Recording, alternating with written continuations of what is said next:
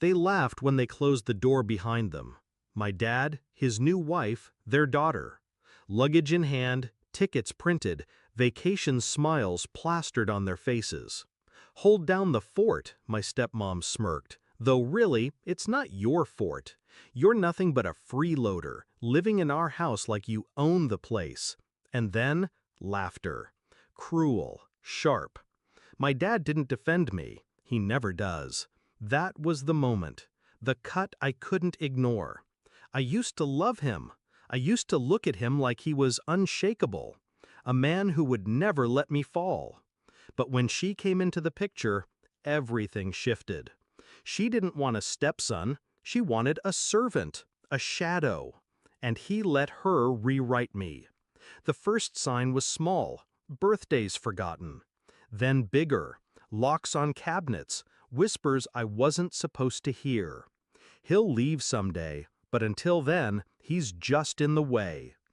I told myself to endure, to wait until I could stand on my own. But endurance became weakness, and weakness became their weapon.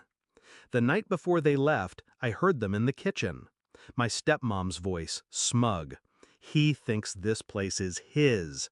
Wait until he realizes it isn't." My dad chuckled. Chuckled. And that's when I knew. If they wanted me out, they'd get their wish. But not the way they imagined. I didn't rage. I didn't confront. I planned. I knew their patterns, where they kept the deed, the safe, the mail, the passwords written in sloppy pen inside kitchen drawers. My father has never been careful. His trust in her blinded him, and their arrogance blinded them both.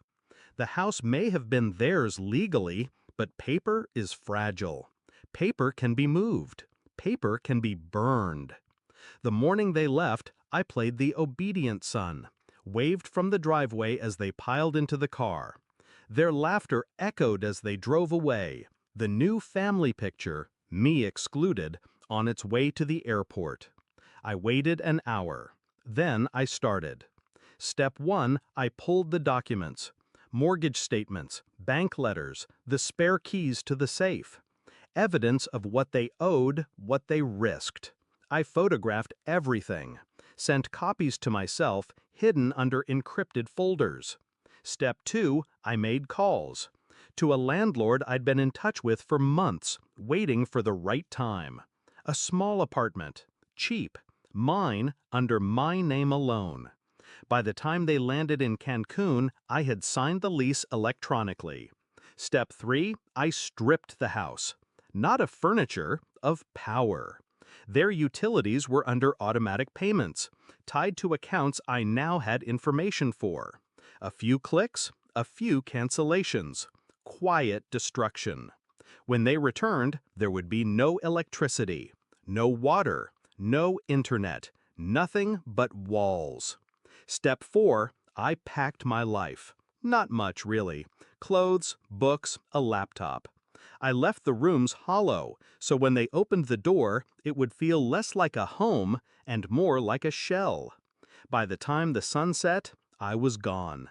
The house stood still, silent, waiting for them to return, empty-handed.